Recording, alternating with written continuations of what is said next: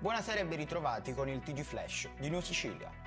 In apertura scene di follia a Palermo dove un trentenne ha rimproverato due giovani che stavano disturbando alcuni passanti ed è stato ferito con un coltello. I ragazzi non avrebbero gradito la tirata d'orecchie e avrebbero chiamato i rinforzi per punire l'uomo. Ancora un'aggressione nel palermitano ed esattamente a Bagheria.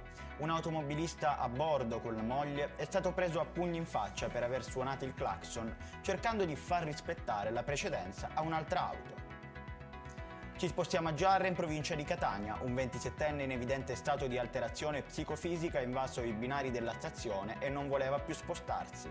Intervenuti i militari, il giovane ha tentato di colpirli con pugni e calci. La bravata gli è costata una denuncia. Zaini troppo pesanti che superano di gran lunga i limiti consigliati e le raccomandazioni del Ministero. La protesta parte da Ragusa. Dai controlli effettuati dai genitori degli alunni, infatti, è emerso un eccessivo carico di libri e strumentazione tecnica da portare a scuola. Infine il meteo per la giornata di domani 31 ottobre in Sicilia sarà un Halloween insolito. Caldo in tutte le province con punte di 31 gradi a Siracusa e 30 a Catania.